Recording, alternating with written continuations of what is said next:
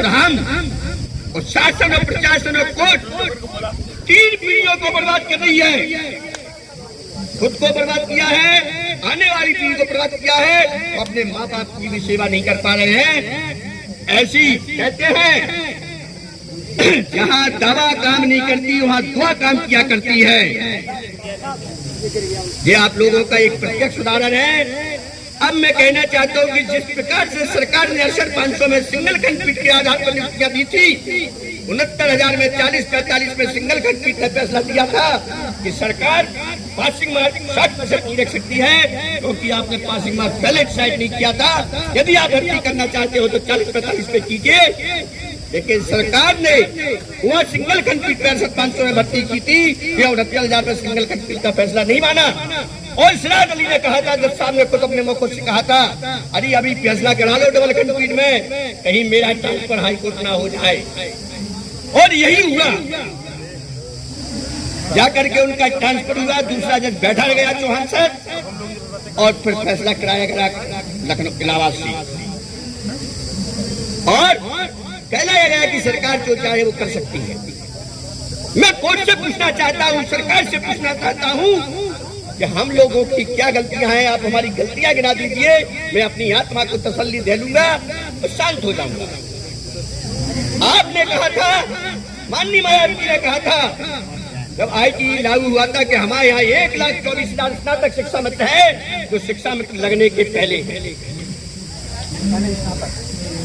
आपने अपनी मंजूरियों को देख करके मुझे प्रशिक्षण किया है, मेरी मंजूरी को आपने नहीं देखा है। जब कोई व्यक्ति प्रशिक्षित हो जाता है तो प्रशिक्षण में सम्मान देना होता है, क्योंकि उत्तराखंड हमारा भाई था। उत्तराखंड में 3900 शिक्षा मित्र गए थे, उनको जो टेट किया जाता है सहायक अध्यापक बना दिया, तो यूपी में क्यों नहीं? वहाँ नॉन टेट को आप 20,000 रुपये मानदेय दे रहे हैं, यहाँ क्यों नहीं? मैं सरकार से इस बात को पूछना चाहता हूँ, मीडिया बंधु से भी पूछना चाहता हूँ कि सरकार तक यह बात पहुँचाए कि हम लोग संविदा कर्मी है कि दैनिक वेतनभोगी है, ये आउटसोर्सिंग कर्मी है, क्या है?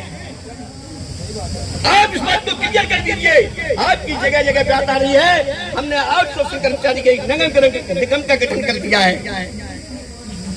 निगम का गठन कर दिया, किसके लिए कर दिया है? जो कार्यरत हैं उस किस श्रेणी में आते हैं? कभी आप उनको संविदा कहते हैं, कभी आप दैनिक वेतनभोगी कहते हैं, काम बराबर कर लेते हैं और पैसे मांगने जाओ, अरे उनकी नियुक्ति अलग है, हमारी नियुक्ति अलग है। एक कैसी नियुक्ति अलग है?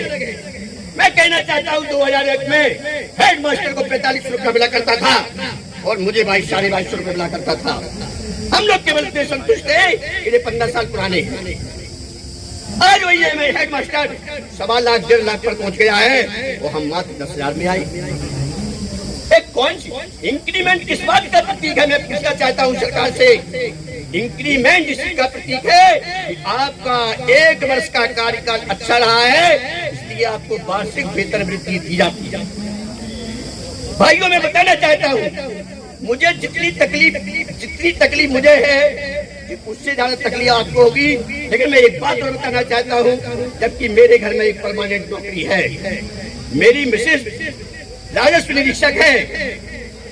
अगर कुछ नहीं होगा कोई बात नहीं, मैं आपसे पूछना चाहता हूँ, जब मुझे इतनी तकलीफ है कि मैं अब जिंदगी भर बैठ करके खा सकता हूँ, और तो आप लोग तो 10,000 रुपए पे कैसे खर्च चलाते हो?